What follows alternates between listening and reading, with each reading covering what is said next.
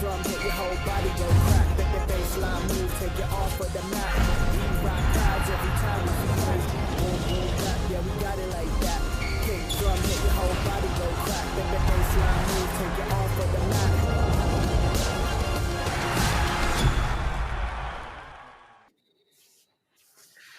Yes, people, what's going on? The break is over. It's time to get ourselves ready for the start of the 2020-2021 season. So welcome to a draft special edition of the very first episode for this season.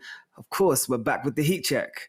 And you know I had to bring in the dynamic duo for this season. And to start the season off right, I'm going to give you guys some new nicknames because the man to my, I'm going to get this right, look. The man to my left, yeah, right here, I'm now proclaiming as a 3-level scorer, NBA champion who's played this game, yeah, former GM, so he's made this game. And now the agent man in the game, the new generation that he's bringing through, he loves this game, BJ Armstrong. And look, in every great team, you need versatility. And that's exactly what we have on the other side, yeah? The offensive threat that is ready to break down anybody's argument in the NBA community. And that's because he has that Texas mentality as well. My guy, the double M himself, Mooncey. Gentlemen, it's good to be back. Amazing. Jaydee, thank you for the intro. It's great to be back. Listen. I see you ready to go. The season's ready to go. Let's get it, guys. Let's get it. The energy is high. Yeah, this is exactly how I want you guys because we have waited for this moment, just like the rookies, for a long, long while. So let's dive right in with the latest news, guys. We have to inform you. It's that time. Yes, we can turn around and give you the stuff that is going to be happening for the structure for next year. So first thing I want to hit you with right now is opening night. You know what time it is. Put it in your calendars right now, December 22nd. Thank you, Jesus. We have a day that we can push forward through and enjoy the Christmas break. You know it's going to be special. It's going to be all coming to you live on Sky Sports Mix. And like I said to you, we have the tentative schedule that has been given to us. So, as I just said, the opening night, 22nd, draft night, of course, tonight. But look, the All-Star break is in there from March 5th to March 10th. And of course, the regular season ends March 16th because you know what time it is. It's potentially the play-in tournaments, and then we have to get into those playoffs. But I want you to circle one thing for the summer. Right there, you see it, bottom of your screen, July 8th to July 22nd. The NBA Finals will be back again. And hopefully LeBron James can make another statement going into this year.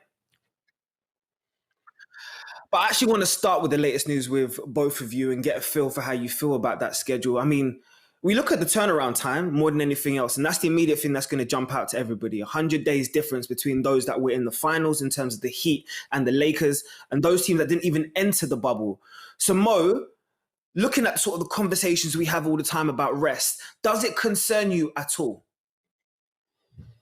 Yeah. Definitely, you know, LeBron and some of the other players, they were quite vocal in saying that they wanted the season to start in January. The NBA wanted to start it in December. That way you can get a full season or an extended season and get a few more games in rather than starting the season in January. And as a fan, though, on the other hand of things, you just got to be excited. You know, there's lots of things I want for Christmas. I want some crepes. I want some jerseys. But I don't need any of that now because we're going to have NBA basketball on the screen. You know, I don't care what Santa Claus brings down the chimney because we got NBA on our screens. There's nothing more in the world that I would have been looking forward to this Christmas. So, you know, I know for some of the players, LeBron James especially, Jimmy Butler, what they've been through in that finals that really didn't finish that long ago. It's only been a month since we were doing the NBA finals. It's crazy to turn around a season that quick. But you've got to factor in also, they had a huge rest this season already. You know, they had that big hiatus time. So I do feel like it's not the same as a normal season starting just 2 months after it finished. They had a big rest this year already. So I'm expecting the players to be ready to go. Hopefully, you know, as we see, it didn't work out well for the Clippers. There's less load management this year. Hopefully the teams have learned some lessons. But I'm excited to see it. I'm excited to get it going. BJ, look, Momic brings up a great point there because there was a lot of conversations about whether or not they would start before or after Christmas. But it seems like getting those Christmas Day fixtures were very important and they knew they couldn't start it on Christmas. So even though the curtains just closed on the 1920 season, are you excited, first of all, to see such a short turnaround? And how do you feel like the load management conversation is going to go throughout this season? Well, Jaydee, I'm very excited, and I'm very excited for the players to get back because in this pandemic, in this environment that we're currently under, we have to take a page out of the NBA. We have to remain flexible and very versatile in how we're going to approach this season. I think you're seeing with the league coming back so soon, it was dictated by television. It was dictated by the business of sports, the business of basketball in this new environment. So it was very important that we come back and play sooner rather than later, because you never know what's going to happen. We're expecting here a second wave of the coronavirus to come up. You can see the uptick in what is going on, not only here, but all around the world. So it was very important for the league to try to get back sooner rather than later, because you never know what the future is going to hold. So I'm very excited. I'm excited to see the protocols that they're going to put in place to try to get these players in a safe environment, but more importantly, to try to pull this off, because the last time, as you guys know, we were in a bubble. We were more isolated. We was more contained. But now, we're going to be traveling around.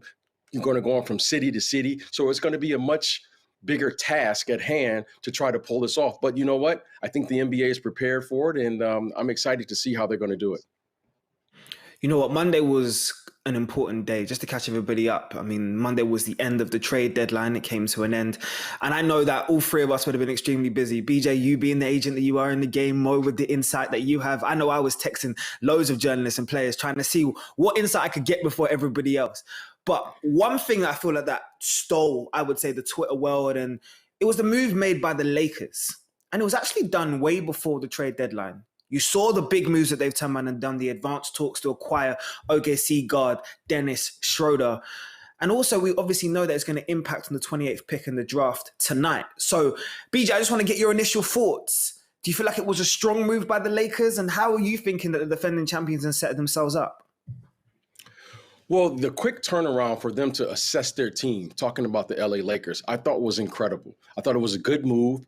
But one thing that really surprised me was trying to anticipate what does that mean for Rondo, because Rondo was excellent for them in the playoffs. But now it appears that Rondo may be moving on, and that the team was able to assess this, what was going on with Rondo, with their team, and what was going to be needed moving forward. So the fact that Rob Pelinka, the general manager, president of the organization, was able to do this in such a quick turnaround lets me know that he's very in tune with his team. But more importantly, they are going, guys, for a repeat. They feel that they're putting themselves in position to do this again. So give the Lakers and the Laker Nation, the Laker fans credit. They weren't satisfied with what they achieved last year. They're ready to say, let's run this back. Let me just give a little bit of historical context. Mo, as everyone knows, is probably the biggest Boston Celtic fan that's known on this side of the globe anyway. So you just said the trigger words to him, BJ. All he heard right there was repeat. That's all he heard. Not the record equaling 17th title. All he heard was repeat. But Mo, you know Rondo inside out. I know you have your intel when it comes to the Celtics organization from the beginning right till now. So you would understand sort of the mechanisms that go into this sort of move and him deciding his future. Looking at him opting out and expecting to test the free agency market as he's doing, what are you kind of seeing for his future with the Lakers or maybe with another franchise? Well, first of all, as much as I'm a Boston Celtics fan, it wouldn't be LA without quoting the great Nipsey Hussle. The Lakers are trying to double up, and that's exactly what they're trying to do with this move.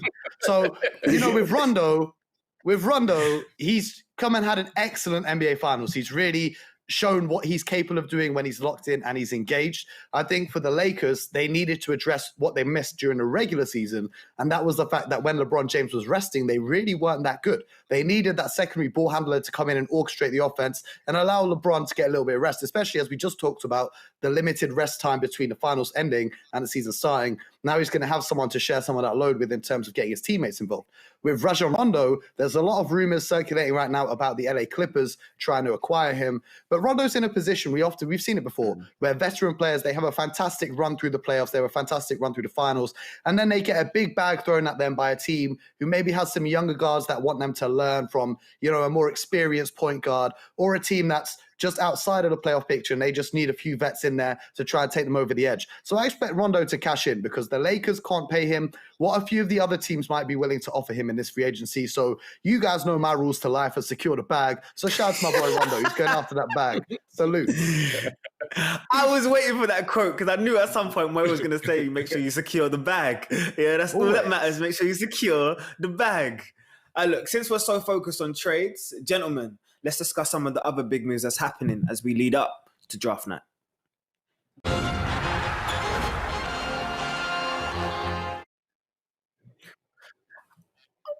I'm loving this. I'm loving this because everybody is taking their own initiative. 2020 has been a difficult year, but I'm loving the direction that these franchises are taking. And I'm loving the initiatives that they're taking for themselves to put themselves in championship contention. And I want to pick on one team in particular, gentlemen, with my first hot take, and that's the Milwaukee Bucks. We know going into next season's offseason, it's going to be a massive one for their franchise. Giannis Antetokounmpo will make his decision as to whether or not he wants to extend and stay with the Bucks, or of course, what everyone's expecting to do, test free agency. But they've made a big move. They've acquired the guard Drew Holiday from the New Orleans Pelicans in exchange for Eric Bledsoe and George Hill, plus 3 first-round picks. So my first hot take is, in that Eastern Conference, I'm liking the way the Bucks have fixed their issues. Mooncey, hit me. Are you feeling it? All right, so JD, let me tell you this. Last night when I was preparing for this show, it was about 3, 4 in the morning. I was ready to unload the clip on the Milwaukee Bucks because I was told that they didn't even try and start a conversation about trading for Chris Paul. And to me, that said they weren't serious about keeping Giannis and contending for that title. I went to bed at 4 o'clock and I woke up this morning to a flurry of notifications on my phone because, of course, an hour after I fell asleep, they decided to pull the trigger on this trade.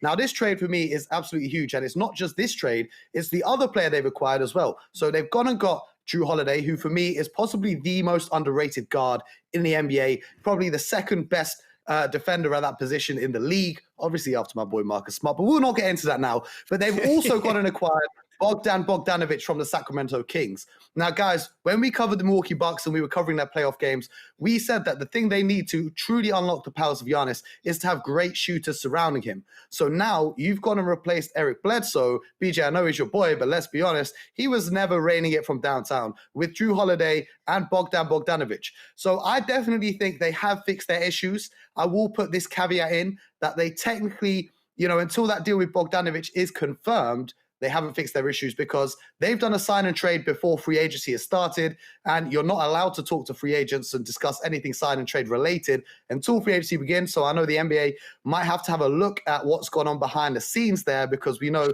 the league is trying to get tougher with their tampering regulations. So they've not fully fixed the issues yet, but I love this move. The other factor of this move that I love is they have sacrificed depth to go out and get Drew and to go out and get Bogdan.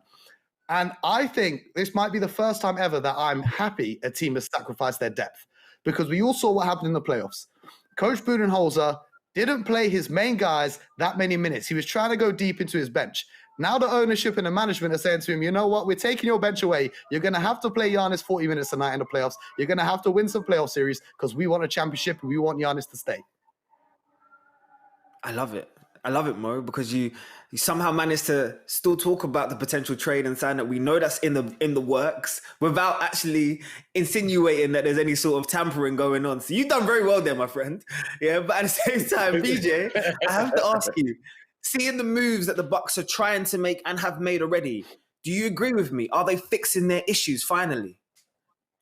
Yes, they are, Jaydee. Without question, they're fixing their issues. They've made a significant upgrade with Drew Holiday at the guard position. He is one of the elite guards, most well-respected guards in the entire NBA on both sides of the ball. This young man can score with the best of them, but more importantly, he can defend. I think he fits into the culture of the Milwaukee Bucks. On the other hand, Bogdanovic is a guy who can play this new NBA pace and space. He can shoot it.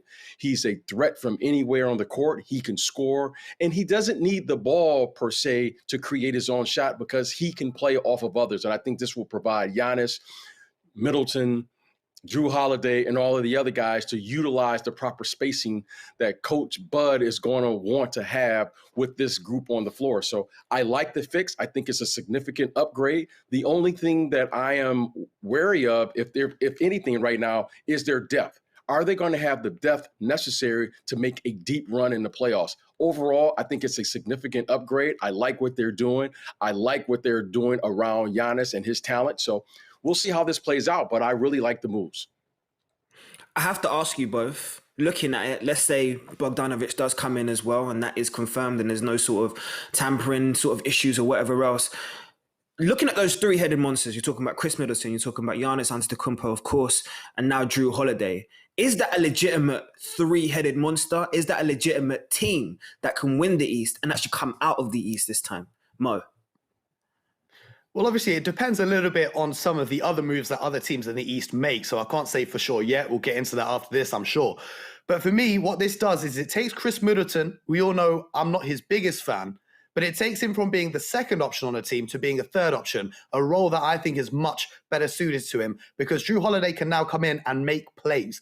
Chris Middleton, we see he hasn't really got that explosive first step for me to be able to come in the playoffs. And, you know, when Giannis is being shut down by a whole defense focused on him, Chris Middleton hasn't been able to come in and be that guy, whereas Drew Holiday can come in. And you look at how efficient the Pelicans players were on assists that Drew Holiday created. Now you're giving those assists to guys like Middleton. You're giving those assists to guys like Bogdanovic. And I feel like this has been a fantastic move. And, you know, in terms of a big three, if your best player is the MVP, two-time MVP and Defensive Player of the Year, your second best player is an all-NBA defender, and he can get it cooking on the offensive end. And then your third best player is a guy who was 50, 40, 90 pretty much.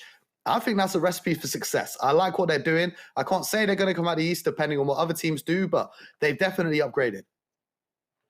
BJ, that was a legitimate compliment for Chris Middleton from Mo Mooncey. Can we make sure we clip that up, please? I'm going to applaud that. I mean, that's the first time I've heard that from Mo. This is the new Mo. This is the new Mo. I love it. I love it. So, BJ, I have to ask you, are they legitimately a big three? Looking at the way that Mo just broke it down, what's your opinion on it? Well, they are a legit three because Giannis is he is a fantastic player, and what he does and what he brings, he is a problem.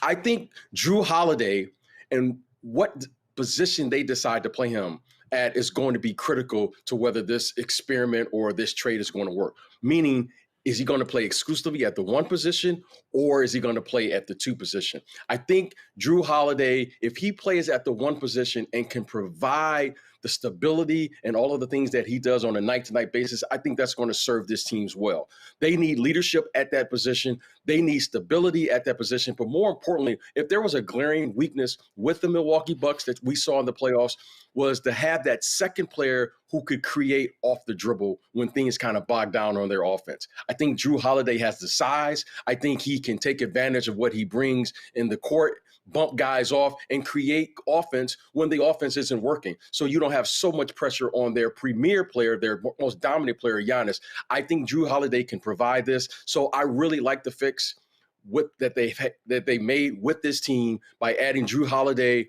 with Chris Middleton and, of course, Giannis. I think they have a legit big three now. All I'm going to say to Bucks fans, if you don't know about Drew Holiday yet, because obviously he was playing on a smaller market, please go and do your research and understand that the players within the NBA community really talk about him as being able to fit anywhere because of his skill set and how excellent he is on both sides of the ball.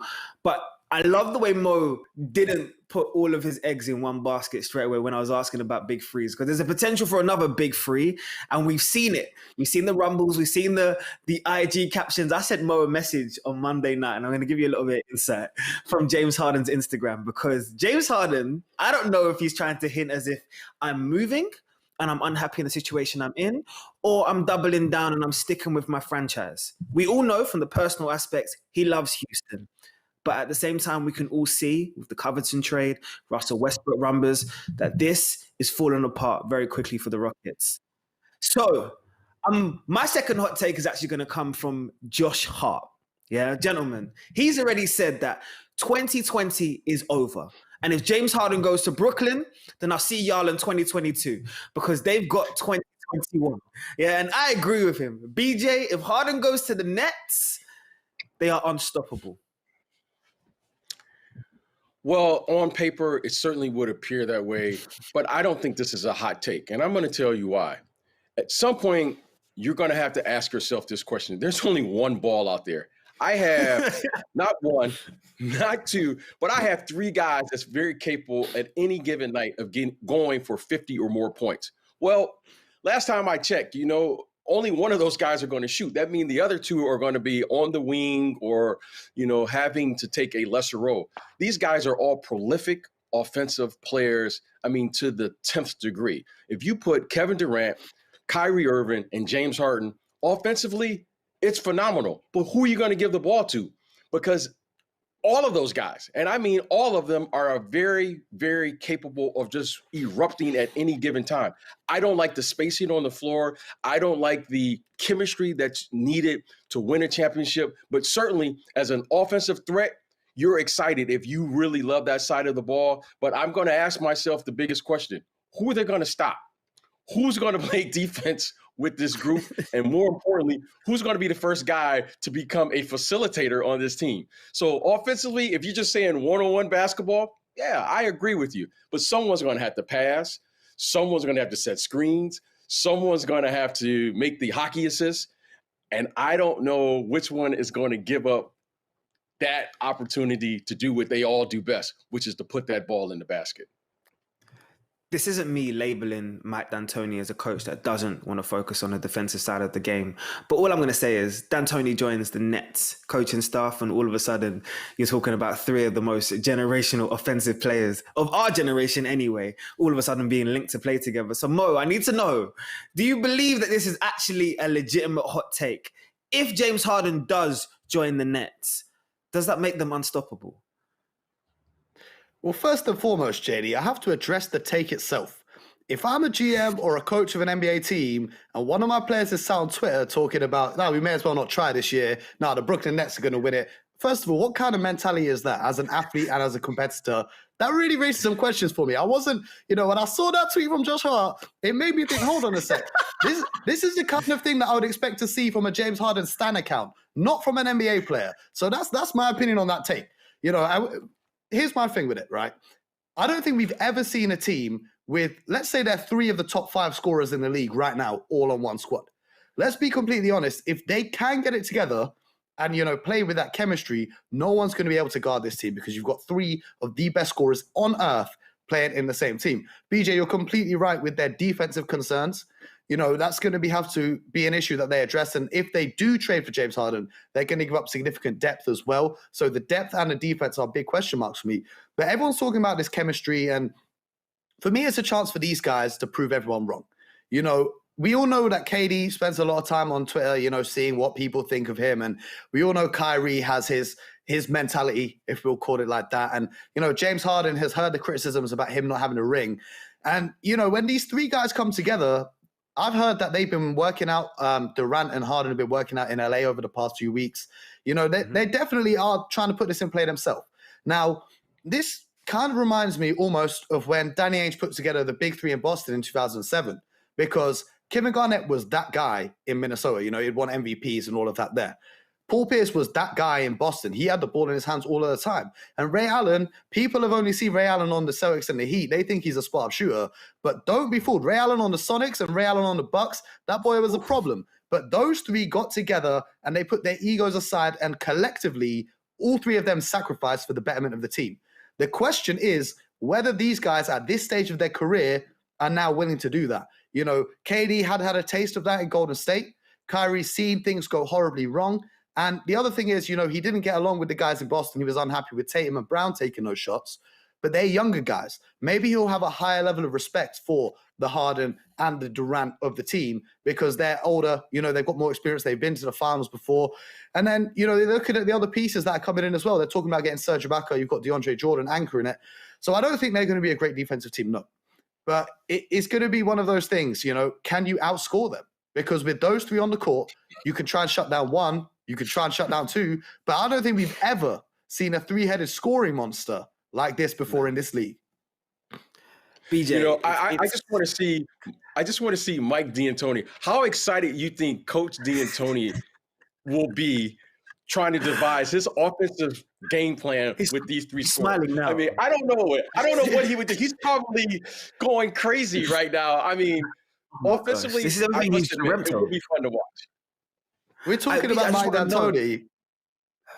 No, I do want to know because look. Go for it.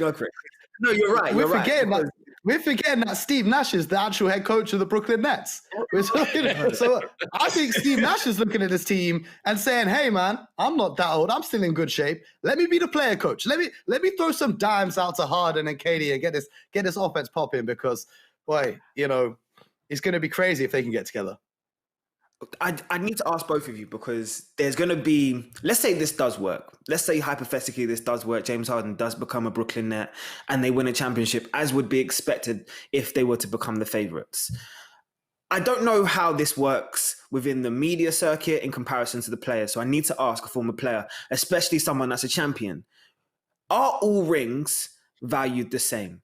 And if KD does win this ring with Harden, and you compare it to the 2 rings he won with in Golden State with a prime Steph and a prime Clay, are we going to look at his sort of legacy the same way? Well, I think now more so than any time since I can recall, since I started playing professionally or been involved in the NBA, there are strong narratives that we have coming into every season.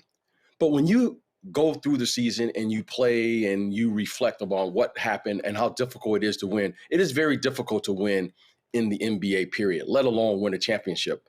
So the value of winning always takes precedent of everything that's going on because every season brings about its own set of challenges. Winning in the bubble brought about a challenge that I can't imagine because I've never played in the circumstances that these young men had to play under in this, this championship that we just saw was won by the Lakers. So every season is different, but the difficulty, guys, of winning, it's very difficult to win in this league, let alone a championship. And it requires a lot of things. It requires some luck in there as well. And most importantly, you got to have the talent to do it. So I give all championships, no matter how they come about, whether you get a big 3, a big 2, or what have you, it is very difficult to win. And I always give the utmost respect to anyone that's able to pull that marathon of a season because it requires everything that you have, not only individually, collectively as a group. I just want to say, for reference, that's our 3rd Nipsey Hussle reference that we've made on this show already. Yeah. but Mo, I have to ask you because we've seen 3 elite players come together before and it hasn't always worked. You think back, look, you've been covering this league a long time. So they tried it in Houston with Pippen, Olajuwon, and Barkley.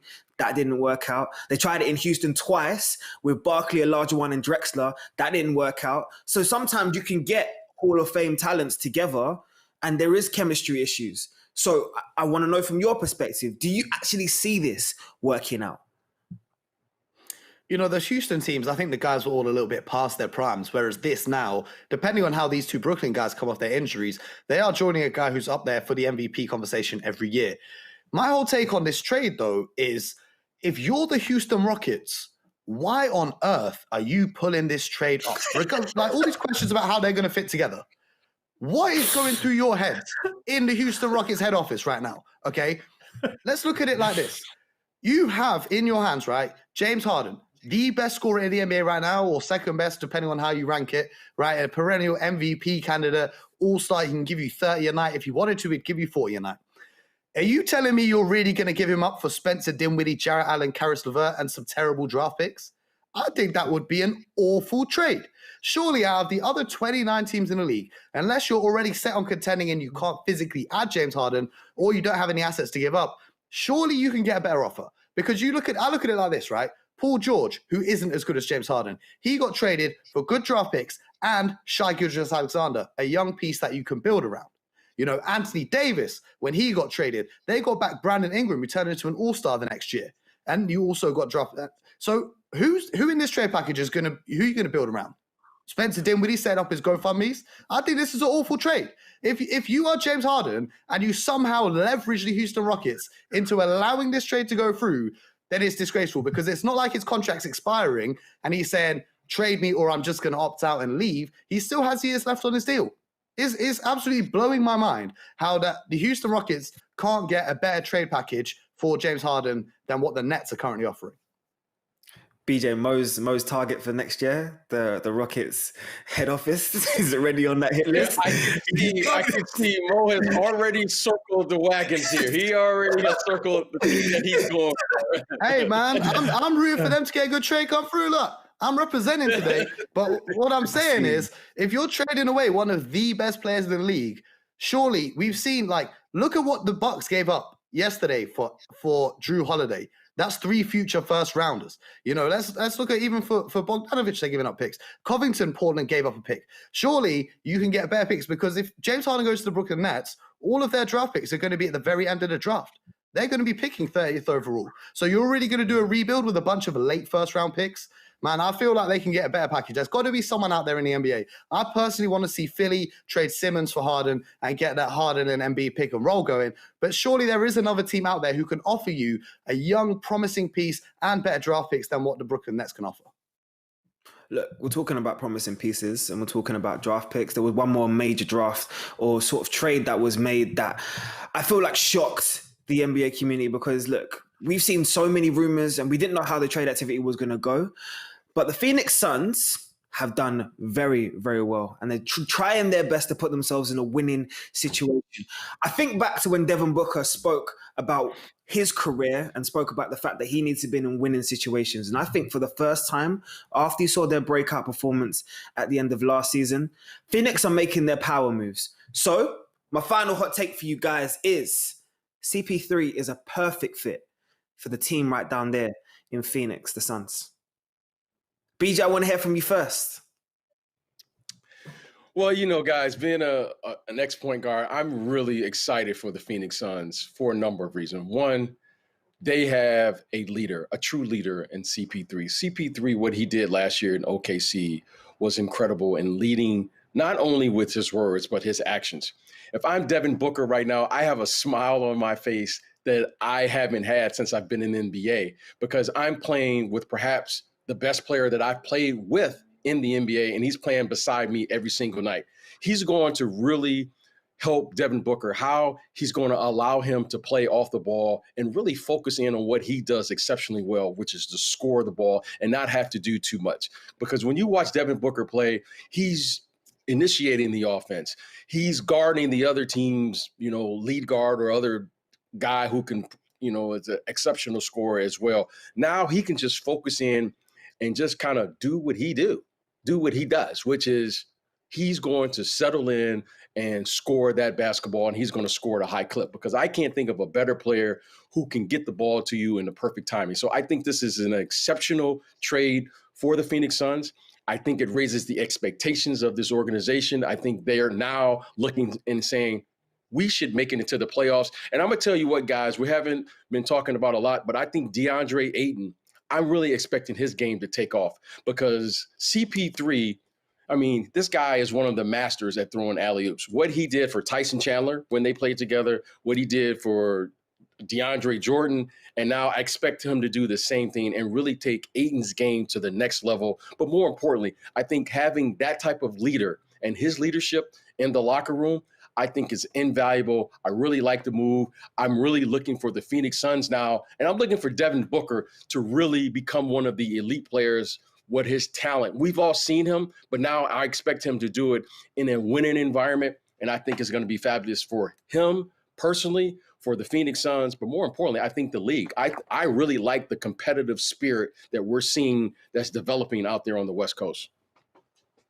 Mo, I text DeAndre after the trade went through and the news had dropped, and he just responded to me one simple thing, one emoji, bucket. That's all he said to me.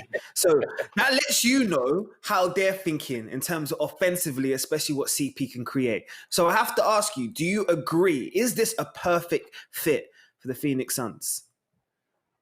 Man, they're coming off that 8-0 run. Technically they haven't lost a game since February, so they're feeling good about themselves. And I'm just going to go back to what BJ was saying about Devin Booker. We saw the difference that it made by having Ricky Rubio playing alongside him. It pretty much unlocked Devin Booker to a different level. And now you're upgrading Ricky Rubio for Chris Paul, who's going to be in the Hall of Fame one day as one of the best point guards to ever play the game. I'm expecting Devin Booker to make another jump up. I'm expecting him to be in the MVP conversation this year, because we saw how Chris Paul made Shai Gilgeous-Alexander such a better player last year in OKC. I expect him to be doing the same for Devin Booker. Devin Booker, he's not going to have to worry about doing everything. He can focus, as BJ said, on scoring the basketball. And you're completely right about DeAndre Ayton as well, who, for me, has been flying under the radar for a hot minute with, putting up 20 and 10 performances whenever he wants. I feel like he could take his game to a whole nother level of them. So Chris Paul is the perfect fit for this Phoenix Suns team. But for me, this Phoenix Suns team isn't the perfect fit for Chris Paul for one reason and one reason alone. I don't feel like this team is good enough to win a championship. And I know in the back, or I think in the back of CP3's mind, he was kind of hoping that LeBron and the Lakers could swoop in and get him over there, or Kawhi and the Clippers could sweep him and go over there, because he is getting older and his championship window of getting a ring is closing. But I do love the move for the franchise in Phoenix. You know, it's committing to Devin Booker as well, saying we are committed to, you know, we're paying that $40 million a year that not many teams were willing to pay. We're committed to competing. We're going to make the playoffs this year. You know, we've seen what you've been doing. We're trying to take this team to a whole nother level. So I like the direction in which they're trending. He's going to make all these other guys better. They managed to keep hold of Bridges as well in the trade, which is a piece I thought that they'd be forced to give up. They did lose Kelly Oubre, who I think is a promising young player as well. But, you know, when you're getting Chris Paul and a player of that caliber, I don't think you can be too concerned for that. And of course, we've got to talk about the other side of the draft. OKC are just collecting draft picks the same way Paul George collects air balls in a Game 7. Man, these guys have got so many draft picks now. I don't know what they're going to do with it, but I'm excited to see what they do with it in the upcoming future drafts, because Sam Presti's working on something. He's cooking up a storm over in OKC too. JD, what are we going to do with him, JD? What are we going to do with him? He's hot already. He's hot. You just let the guy live. You just got to let the guy live. Like, I just saw, I really feel for Paul George, because even on a take that has nothing to do with him on a former team where he was probably playing the best basketball of his career, he's still getting shots thrown at him.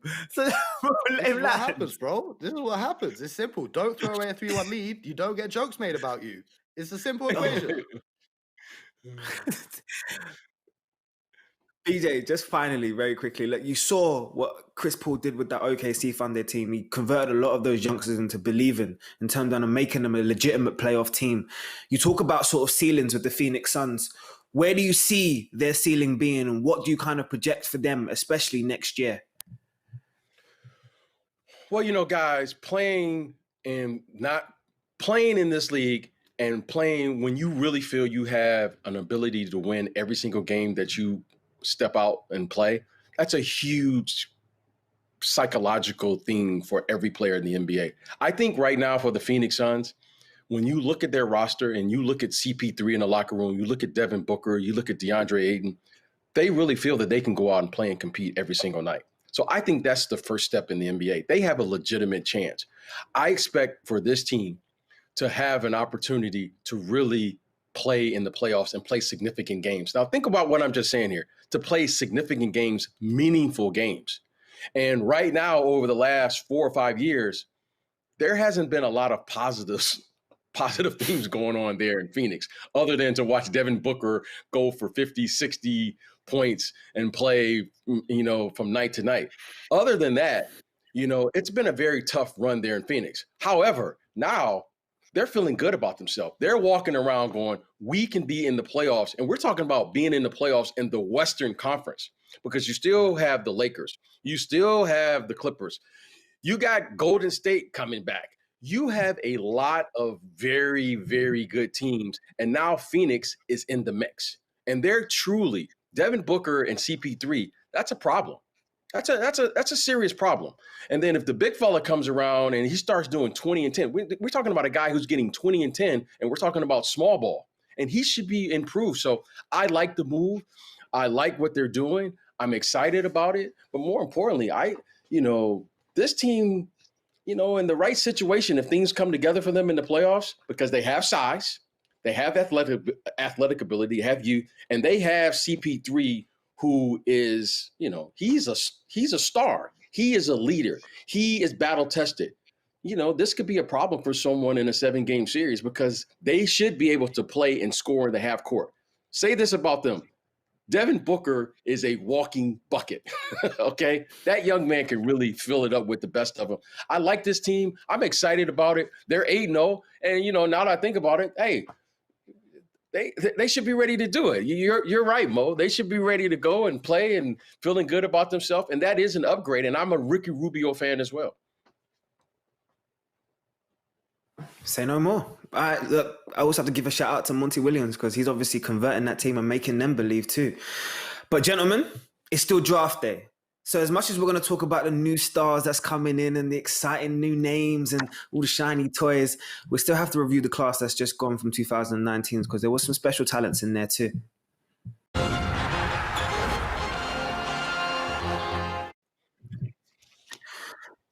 So let's just take a moment and looking back on what's been probably the most unprecedented NBA season of all time. I mean, this rookie class that's coming in 2020 has had to wait upon wait for their induction into the league. But that 2019 class, do you remember it? The excitement that we had about Zion, about Ja, about Tyler Hero, who was going to be the standouts. We've seen some incredible performances from that rookie class.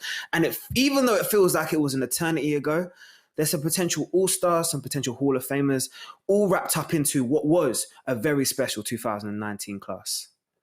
Around this time last year, the draft class of 2019 would have been getting themselves locked in for the first year of their NBA careers, completely unaware of just how unusual their rookie season would turn out to be. For some, it'd be cut short in March after less than 70 games. For others, it'd end up in a trip to Disney World. Even so, this season's freshmen have had plenty of opportunity to make their impact on the league. Starting at the top of the draft, thanks to injuries and minutes restriction, it wasn't quite the debut season from anticipated number 1 pick Zion Williamson. However, over the 24 games he did play, he notched 540 points, putting him in the top 15 for regular season points by a rookie, and seeing him comfortably lead the New Bloods for points per game. That points average, by the way, is the second highest of all time over the first 24 games of a player's career, only bettered by Michael Jordan himself.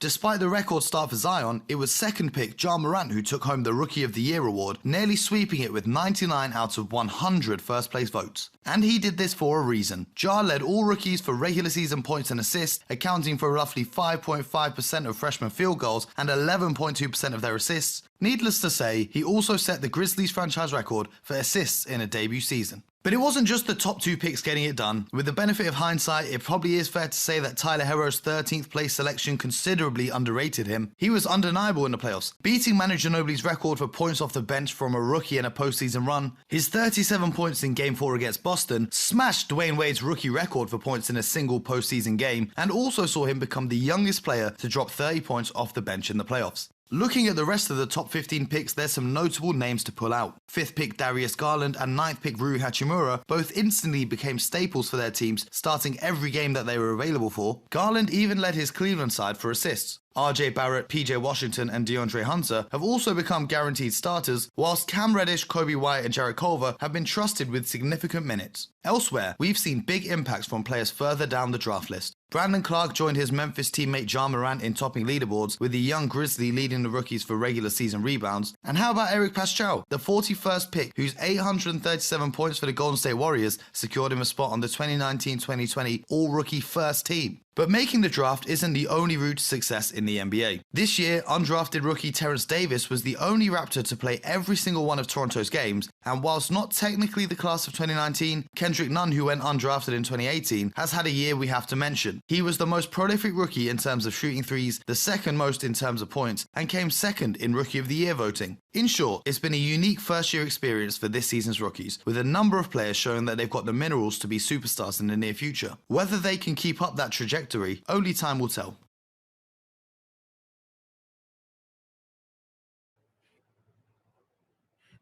Mo, this is why I love your features, because you take me straight back down memory lane, and all of those players that I have archives of and everything, you just trickle automatic memories of the league pass that I've just watched throughout the year. So credit to you, my bro. But it does feel like it was an absolute eternity that night in New York at the Barclays when these guys were walking across the stage. So I just want to ask you your opinion. You've had a chance to review it. Mo, how special do you reckon this draft class could actually be in the end? Man, I feel like a lot of that largely depends on the health of Mr. Zion Williamson, because that's really, the headline of this draft class. He was the guy we were watching for years, waiting for him to be drafted last year. And if he can get healthy and turn into the superstar that we all expect, I think that ultimately elevates the profile of the entire draft class. And then, it also depends on other stuff like RJ Barrett maybe finding a different franchise that might develop his game a little bit better. I know Knicks fans are going to be mad at me, but, I'm really looking at guys like Tyler Herro that are breaking out. And I think there's a lot of promise in this draft class, especially from guys like Brandon Clark and a lot of the guys that the Hawks picked up. I feel like the Hawks are a team that people are often forgetting about. And in about 3-4 years, they're really going to be making them names for themselves with, guys like Cam Reddish and Hunter on that roster. I feel like there's a lot to be optimistic about looking at the guys who came out of the 2019 draft. BJ, I'm going to do something that I hate when people in the media do it, but I'm going to do it. And we're going to compare eras, even though they've only had a year in the NBA. And it's difficult to look at potential because, as Mo just said, look, there's a lot of factors and a lot of years that still need to weigh up before we can give an accurate judgment. But most people in the NBA say the best eras in terms of draft class was either 84 or 03. You look back on those names, we could go through the names, the Jordans, the Melos, the Wades, the Hakeems. You know how it is. We're talking about the eras, the two greatest eras in terms of draft class. I look at that 19th depth. I look at some of the breakouts I've seen from Tyler Hero, the attention that Zion created, how Jar's creating his own lane. Even Brandon Clark is looking like a very, very good NBA body. I just want to understand from your side, your perspective, how much potential does this sort of class have in comparison to those classes beforehand? Well, the interesting thing about comparing the classes is the following. There was a mindset back when, I was coming into the league that when you were a young player, you weren't expected to play. There was no way that you were going to play the amount of minutes that you're seeing these young men play that you're seeing today back in that era. When you came into the league, there was a 2 or 3 year window where you were expected to really sit and learn how to be a professional before you were thrown out there. Without question, head coaches did not play, rookie players. I was never called BJ my first 2 years in the league. I don't even think Phil Jackson knew my name my first year or two in the NBA. I was just like a guy that was sitting on the bench. But then you're expected to earn your stripes in the NBA. So that was a different mindset. Now, today, you're seeing Tyler Hero. You're seeing Ja Morant. You're seeing these players be allowed to do something that, frankly, we didn't have a chance to do, was to play through our mistakes when we were a young player. It's not to say it was right or wrong. It's just a difference in mentality. You're seeing the developmental process in the NBA, which is very different of how you were played back then. When I came in the league, you know what? If I missed a shot or two, there was no way I was getting back in for a second run. So I had to come in, earn my stripes, learn how to play. But more importantly, there wasn't a huge expectation for you to play. And when a rookie did play, he was special. He was going to be a Michael Jordan. He was going to be a Kareem Abdul-Jabbar. He was going to be a Larry Bird. And those guys were just Hall of Fame players that it was just the obvious. But overall, I remember when I came in, Reggie Miller wasn't playing. He wasn't playing. And Reggie Miller was a Hall of Fame player. So, that was the difference. And then I want to make another key point. When in that era, it was very common to have all-star players who weren't playing, that were sitting on the bench in the 80s and the early 90s. You may have an all-star player that was sitting on the bench in waiting. There were John Starks was sitting on the bench. Reggie Miller, myself, were sitting there. Detlef Schrempf. You had so many players that were sitting just waiting to play and have an opportunity to play. Well, today, if you can play, they throw you out there. So I think these young guys are playing in an era that really benefits them, and they should take advantage of it. I love that. That felt motivational for me, boy. I had a little bit of goosebumps. There's only certain things you get to experience just once. And every year we look at these new 60 great talents that come through and have their moment to write themselves in the NBA history book. So we get ourselves ready for the 2020 draft class. Let's break it down.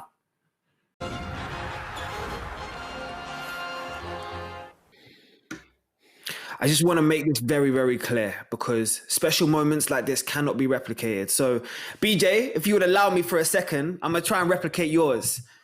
With the 18th pick in the 1989 NBA draft, the Chicago Bulls select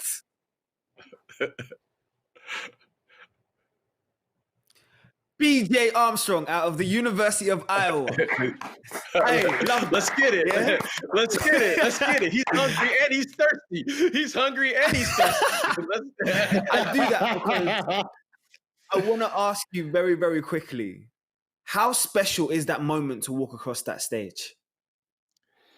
Guys, when I look back on my career, that was one of the special moments because you dream of that moment. You dream of having the opportunity. I mean, ever since I can remember, that was my goal, is to have an opportunity to play. And I remember being in New York, and I remember David Stern, the late David Stern, calling my name. It was truly one of the more magical times. It's like, for a moment, time stopped for me because I couldn't believe it. You know, you dream about it, you think about it, and then it happened. And to be able to go up there and shake the commissioner's hand and to know that I was going to have an opportunity to play in the NBA, something that, you know, that's all I thought about as a kid, as a child. For you to say that, it just brings back memories, really chills for me, because that is a moment that every player that plays in the NBA will always recall and always take with them. So to hear my name was just it was just so special, guys. And hopefully every player, every person will have that moment. And that was my moment, hearing my name called that I got drafted in the NBA. Well, tonight we get to relive or live through some of those special moments. And let's just take it down memory lane to look at some of the incredible ones that have happened so far already.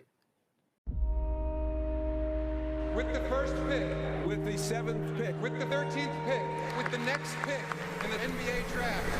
Doncic three-pointer.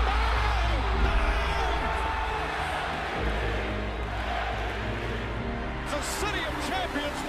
Kyrie Irving, James Harden, Jason Tatum, Donovan Mitchell. This could be the start of something special, guys.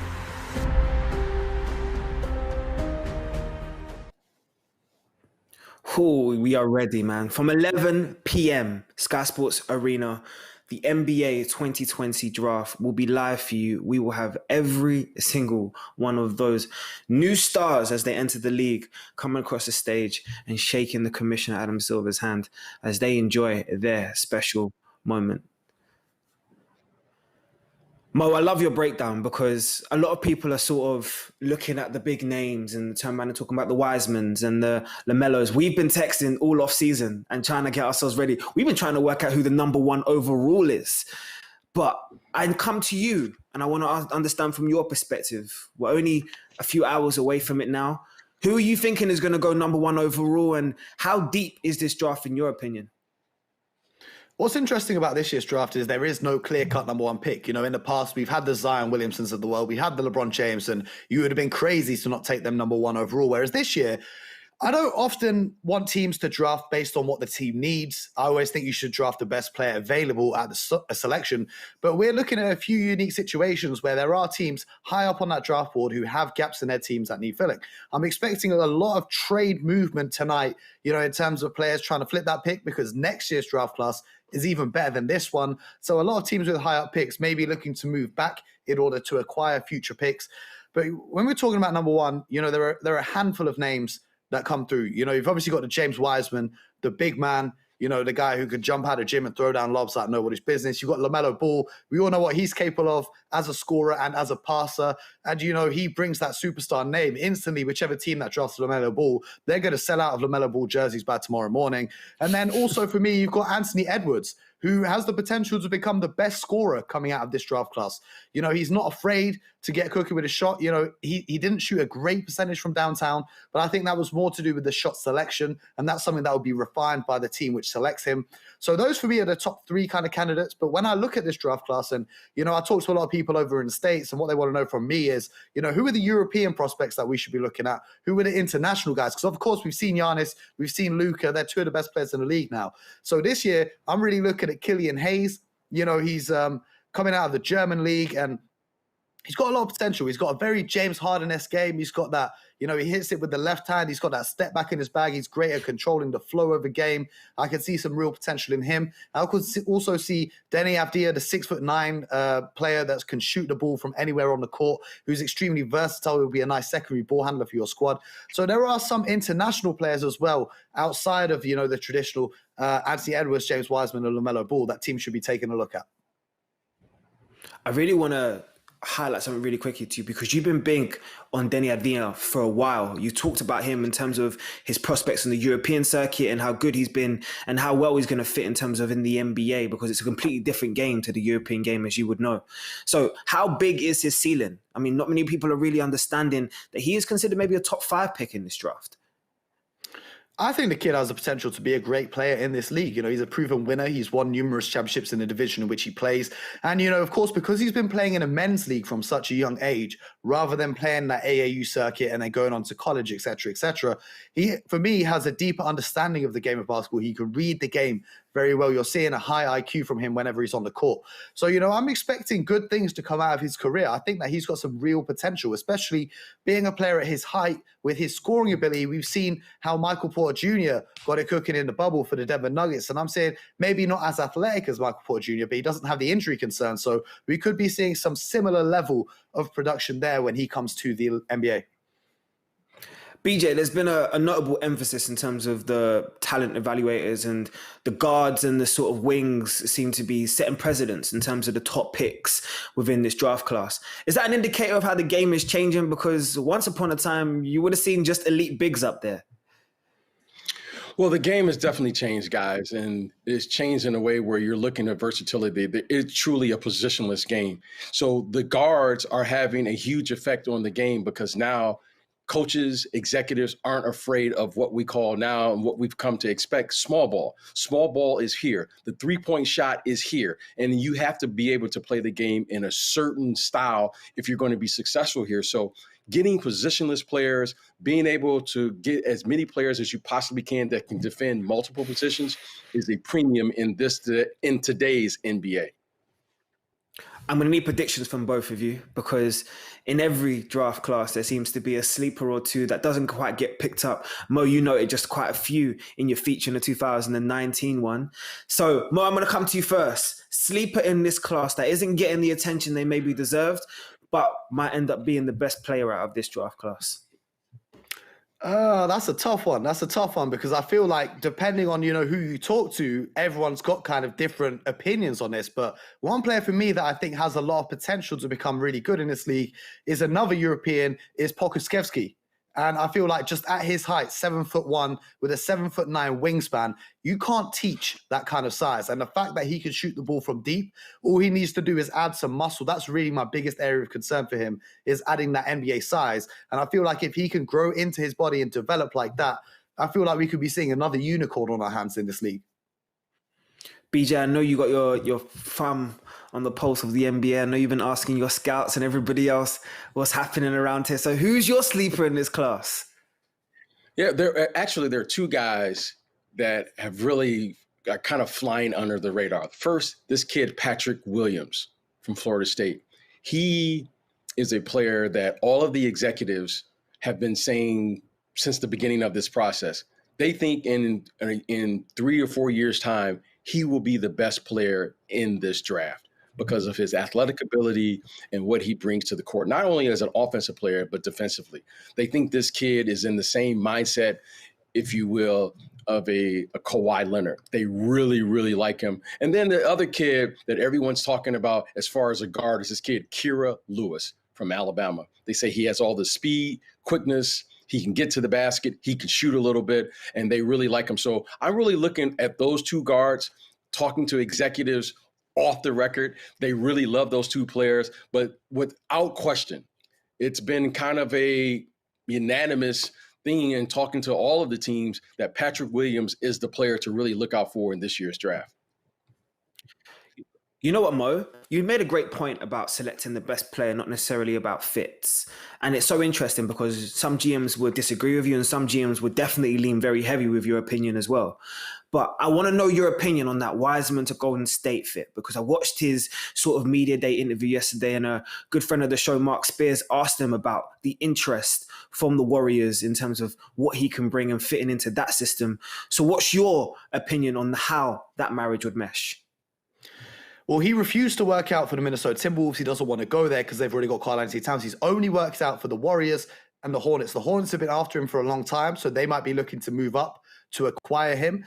For me, for the Golden State Warriors, on paper, he does address the need at that 5 spot to be a rim protector and a shot blocker. But Having said that, my area of concern is he only played 3 games in Memphis. What he needs to work on most is his defensive ability in those pick and roll situations. Because for me, you've already got Stephen Curry, who's not the best defender in the world.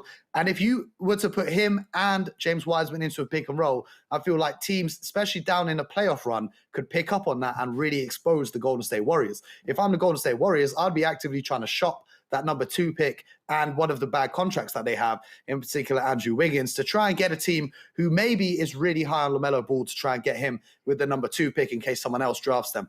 Because I really think that the Warriors, they're a veteran team. They're in a win-now mode. You know, they've got Stephen Curry, Klay Thompson, Draymond Green, who are all getting towards the latter stage of their careers. I feel like they could somewhat compensate for the deficiencies in the rookie's game, but I feel like James Wiseman, ideally for me, would land in a spot where a team could be built around him to maximize his strengths rather than trying to fit in a mesh and potentially having one of his major flaws become his downfall when it gets to the postseason. BJ, what are you thinking about Wiseman? I mean, he's shown a great motor in college from the very few games we have seen, the intangibles around the rim. He looks like he's NBA ready at 7 foot. And it's hard to find yourself an elite big in this modern game. So what's your opinion on that marriage between Golden State and James Wiseman? Well, when you find a young big with this type of athletic ability, you have to take notice and make no doubt about it. When you look at Anthony Davis and what he brings to the court and his versatility, there aren't many players that can match up with him. There's another player that has the same type of athletic ability and build and size. That's called Giannis. Giannis is a player that's very unique. So now you're looking at Wiseman and going, okay, we have a kid that's 7 feet. We know he has all the athletic ability to finish with his left hand and right hand at the rim. And if he can put a little touch to it and extend his range, you're talking about something special. This is a young player. Okay, he's a very, very young player, and this kid has a lot of upsides and intrigue. He could be a franchise-type talent. He has the athletic ability to play with the speed and pace of the game. Now, the one thing I'm really excited about, if he does go to the Warriors, is pairing him with Draymond Green. Because why do I say that? It's because of the following. Draymond Green is a facilitator, and Draymond knows and understands how to play vertical basketball. One thing that I know Wiseman can do right now and will be able to do probably for the first 10 or 12 years is he can dunk that basketball if you throw lobs to him. So the vertical basketball that it's needed to play in today's game, he can do. And the thing I love with him playing with Draymond and then addressing what Mo said is Draymond is a very unique player because Draymond can take the responsibility from Wiseman having to guard the other team's best interior player every single night, especially earlier in his career, which will give him an opportunity to develop and grow into that role when he's ready to accept that part of the game. So I think this would be a great fit for him. Clearly, he's an unfinished player, but when you look at this young man's potential and what he could be, I know what he can do. He can catch the ball. He will be able to finish it. He won't be double teamed. He can catch lobs. And I'm telling you, this guy runs like a gazelle. I think it would be an excellent fit for him. And most importantly, he doesn't have to lead the team as a 19 or 20-year-old. He can come in, fit in, and in 2 or 3 years, they could have a franchise player, guys.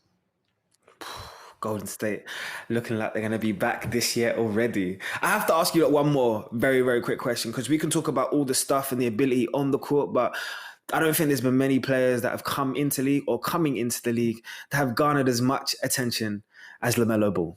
So we've seen the social influence. We've seen how he attains in a social sphere. Somehow he's still managed to garner all this attention from Lithuania, Australia. It doesn't matter. The attention follows LaMelo everywhere it goes. Now, I want to know, coming into the league, is that a good thing or is that a bad thing? Because that transition is going to be hard. You can go from being the only star in a locker room to many stars in a locker room, Mo. Well, luckily for LaMelo Ball, I think whichever team drafts him, you're not really looking at teams that have many stars. You know, I'm really thinking that it's going to be I don't want to say who I think is going to pick him because we never know what's about to happen with the trades. I'm not going to get into that. But what I am saying is, you know, I've seen this kid play up close. You know, I've seen him playing all around Europe. And he's definitely talented. There's no question about the talent. And I think having been through that media circus of all the attention around him and his family, I think that could make him better prepared for the pressure that comes with being in the NBA, because there's been pressure on him ever since he was a 14-year-old putting up 100 points in a high school game. So, I think he's going to be ready for when the big stage comes, because he's already been he's already had the world following his every move. He's already had a TV crew following him around throughout all his teenage years, producing a TV show about him. He's ready for the pressure. Now, what I need from him is some defensive awareness, because we all know the kid can score. We all know the kid can pass the ball like nobody's business. He's 6'7" and can shoot from the halfway line. And if he can manage to become a serviceable defender in the NBA, we're looking at a superstar in the making. Having said that, if he can't get it going on the defensive end, we're looking at maybe just a taller version of Trae Young, who is a very good player, could be an all-star, but ultimately will be exposed when it comes to, we saw it happen with Kemba Walker this year. If you're not a great defensive guard in this league or have a solid body, because he hasn't got quite the presence of a Luka Doncic, who's still not a great defender, it's going to be difficult for him to play winning basketball in the league. But I do feel like he definitely has superstar potential.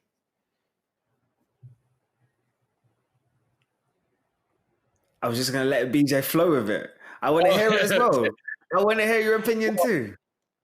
I'm going to say this about LaMelo. I've been able to watch this young man out here in California.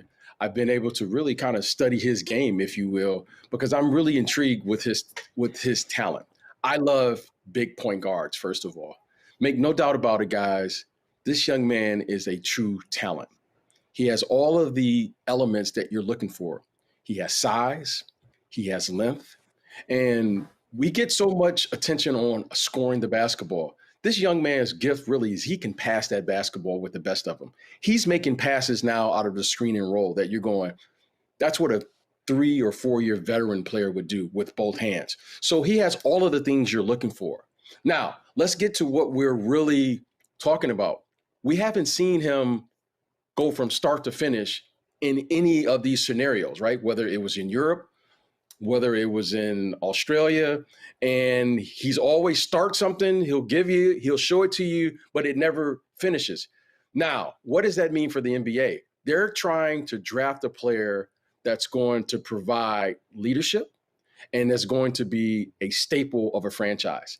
He has yet to have shown that, but you can say that about all of these players. But more importantly, at the point guard position, even more so, because that is one position that you're looking for to provide the leadership, the stability, and all the things you need to go out there and play every single night. His talent, hey, when the bright lights are shining, that young man runs to the lights. He can handle the pressure. He has all of the things that you're looking for. He's exciting. He's fun to watch play. I mean, he reminds you kind of a Steph Curry to me. He's a fun player. And if he has the ability to just settle in, if he has the ability to block out all of the things that's going on around him, which seems doesn't bother him, you're talking about a very special talent, a 6'7" point guard who can pass. And by the way, guys, he has range. He can score that ball. I think the kid scored like 70, 80 points or something in a high school game. So he can score. I like him. He has the speed. Now, I just wish I had a bigger or better body of work to really evaluate him, because when you really think about it, he hasn't played a game the entire season, the entire year. I mean, 2020, he hasn't played a competitive game for the entire year. And now I have to draft him possibly with the number 1 pick. But with his talent, that man, he can play now. He can do that. And we'll see how it turns out. And hopefully for him, someone will get a good player and he'll reach his potential, because he's really a fun and exciting player to watch. And my son, who's 20, he is a huge LaMelo fan. And I see why, you gravitate to him, because he really does some things that are special. And he's what we say, he's an ooh and ah player. You'll get a couple of those every single time you watch him play. 100%. I'm just going to quote Mooncey.